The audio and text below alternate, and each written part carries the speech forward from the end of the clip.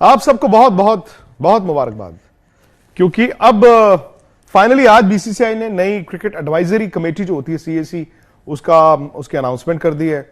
और उसमें अशोक मल्होत्रा हैं, फॉर्मर क्रिकेटर, आप जानते हैं शोकीपा को, जतिन परांजपे जो कि मुंबई के रहने वाले हैं, वनडे मैचेस खेले हैं, प्लस सिलेक्टर भी थे, और सुलक्षण नायक जो पहले से उस सीएसी में थी। अब इनका जो रोल है वो है, इन्होंने नई सिलेक्शन कमेटी अनाउंस करनी है, मतलब इंटरव्यूज लेंगे और वो बताएंगे कि कौन से सिलेक्टर्स हो गए। हालांकि उसमें एक अपडेट ये है जो मैंने आपको कल और परसों भी बताया था कि चेतन शर्मा जो कि चेयरमैन थे, और जब ये हुआ कि डिसबैंड होगी कमेटी, नए सिरे से दोबारा एप्लीकेशंस मांगी गई हैं, उन्होंने भी अप्लाई किया है। हरविंदर सिंह जो कि सिलेक्टर थे, उन्होंने भी अप्लाई किया है। तो सुनील जोशी ने अप्लाई नहीं किया और देवाशीष मोहंती का जो टर्म था वो पूरा हो गया था, विच मीन्स कि देयर इज अ पॉसिबिलिटी कि चेतन शर्मा एक बार फिर नए चेयरमैन सिलेक्शन कमेटी हो और हरविंदर सिंह जो सिलेक्टर थे ऑलरेडी, वो भी सिलेक्टर रह जाएं।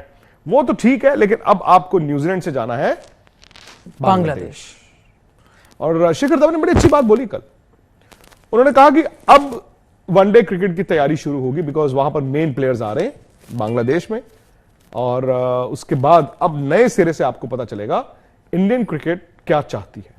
और क्योंकि आपने अब एडवाइजरी कमेटी भी कर ली है, तो देखिए उनकी सोच भी बड़ी इंपॉर्टेंट है, क्योंकि आखिरकार सिलेक्टर्स तो वही चुनेंगे। अब आपने सिलेक्टर्स को, पहले तो मुझे ये नहीं समझ आ रहा कि हम अब इसको कैसे देखें। ये तो आपने पहले बताया था कि ये कुछ जो सिलेक्टर्स है वो अप्लाई कर सकते हैं। क्या ये इन्होंने अप्लाई इसलिए किया है क्योंकि कहीं ना कहीं इनको आश्वासन दिया गया है कि भाई है ना कि आप लोग करिए, आपको हमने दरकिनार नहीं किया है, बिल्कुल आपकी कोई गलती नहीं है, which I think is a good thing. मैं आपको बताता हूँ गुड क्यों है। गुड इसलिए है क्योंकि हम इससे पहले क्या कह रहे थे, अपने जो हार है वो पूरी तरह ब्लेम जो है वो सिलेक्टरों पे डाल दिया वर्ल्ड कप का, जो कि शायद सिलेक्टर ने तो वही किया ना जो आपने टीम मांगी, उन्होंने वही दिया। तो अगर तो ये है तो फिर अच्छी बात है कि आपने सिलेक्टर्स को कहा कि नहीं भाई आप जिम्मेदार नहीं थे हार के, शायद जिस अंदाज में टीम खेली वो जिम्मेदार थी, या जो सोच उस टीम की थी जो आपकी रिस्पॉन्सिबिलिटी वो उस पे हार गए, तो आप वापस अप्लाई करें। तो ये मुझे लगता है इस लिहाज से अच्छी डेवलपमेंट है कि वो है। लेकिन साथ ही साथ थोड़ा सा एक अटपटी बात ये लगती है कि इतने समय तक हमने आलोचना करी, थोड़ी तनकीद की कि भाई किस तरह से सिलेक्शन कमेटी डिसीजन ले रही है, आप हार्दिक पांड्या को नहीं भेज रहे बांग्लादेश, आप सूर्य कुमार यादव को नहीं भेज रहे, संजू सैमसन बैकअप थे वहां, लेकिन उनको अगर बैकअप थे चलो चांस नहीं मिल रहा, कभी तो मिलेगा, तो बांग्लादेश तो जाए शायद, वहां चाहे वो वहां नहीं आ रहे। तो ये जो इनकंसिस्टेंसी है, अगर इन सिलेक्टर्स का वापस आने का मतलब ये है कि ये इनकंसिस्टेंसी जारी रहेगी, तो इस बात को लेकर खुश नहीं हूं। इस बात को लेकर खुश ये जरूर हूं कि आपने सेमीफाइनल की हार का जिम्मा उनके सर पे नहीं डाला। यह भी हो सकता है कि आप तरीके बदलें, और आप इस बात से आपको आश्वासन है इस बात का कि लोग ठीक हैं, शायद तरीका गलत था। शायद अगर इनसे बात भी हुई, आई एम श्योर जब डिसबैंड की गई थी तो इनसे बात तो हुई होगी ना, इन्होंने पूछा तो होगा कि हम क्या करें, उनको कहा गया होगा कि आप अप्लाई करें दोबारा, उन्होंने अप्लाई कर दिया। बात भी तो हुई होगी, उनको ये पूछा गया होगा जी आपने ये क्या किया, ये क्या किया, ये क्या किया, ये क्यों नहीं किया। तो उन्होंने कहा होगा कि जी आपके सामने है, हमारे से तो मांगा जाता था जो हम देते रहे।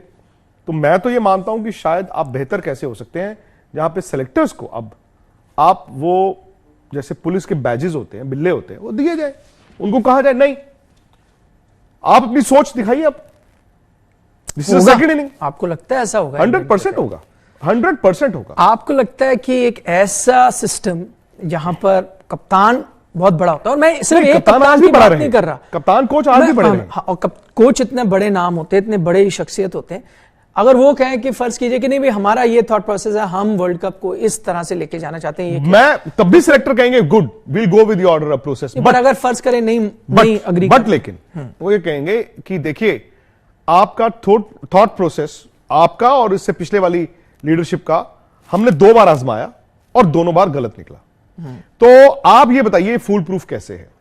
सेकेंडली, आप सिर्फ सुनेंगे या बात भी करेंगे? पहले शायद ये सिर्फ सुन रहे थे, आप अपना विजन डॉक्यूमेंट लेकर आ रहे हो, आप लीडरशिप हो, आप कह रहे हो ऐसे ऐसे ऐसे ऐसे ऐसे, और आपने अगर पूछ भी लिया इक्का दुक्का, ठीक है। अब मैं आपसे पूछूंगा कि ऐसे ऐसे ऐसे तो ठीक है, बट आप मेरी भी सुनिए, मैं चाहता हूं ऐसे ऐसे ऐसे, एंड देन आप ब्रेनस्टॉर्म करें, फिर आप आगे चले।